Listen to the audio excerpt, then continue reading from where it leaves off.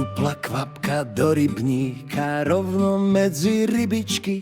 Spadla z neba vysokého a s ňou kvapky sestričky.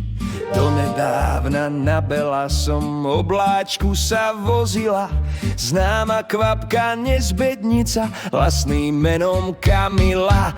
Ale teraz vráťme, že sa pekne hneď na začiatok. Veď v prírode, to je jasné, vždy musí byť poriadok. Keď slniečko krásne hreje v celom našom chotári, z riek, rybníkov i potokov vodička sa odparí. A už stúpa vodná para hore k bielým oblakom. Tam sa schladí, vzniknú kvapky, hľadia na zem so strachom. Čo si teraz, čo počneme tak ďaleko od zeme? Z tej výšky sa hlava krúti, nariekajú zhrozené. Na to sestrám vraví kvapka. Viete, ktorá? Kamila. Len čo trochu podrastieme, do tanca vás pozývam. Z nášho tanca vždy má radosť vysmednutá celá zem.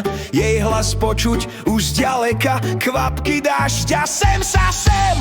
Potom stíška každá kvapka usína už bez strachu. Počkajú, kým povyrastú v mäkkom bielom oblaku. A o chvíľu Pozrite sa von oblokom na ten tanec vo vzduchu. To tancujú kvapky dažďa na nôžke, na hlave, na bruchu. Šlupla kvapka do rybníka rovno medzi rybičky. Spadla z neba vysokého a s ňou kvapky sestričky.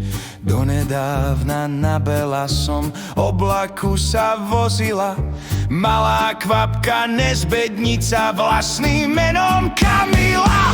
A tak by sme bez prestania hovorili o vode, ktorá takto dookola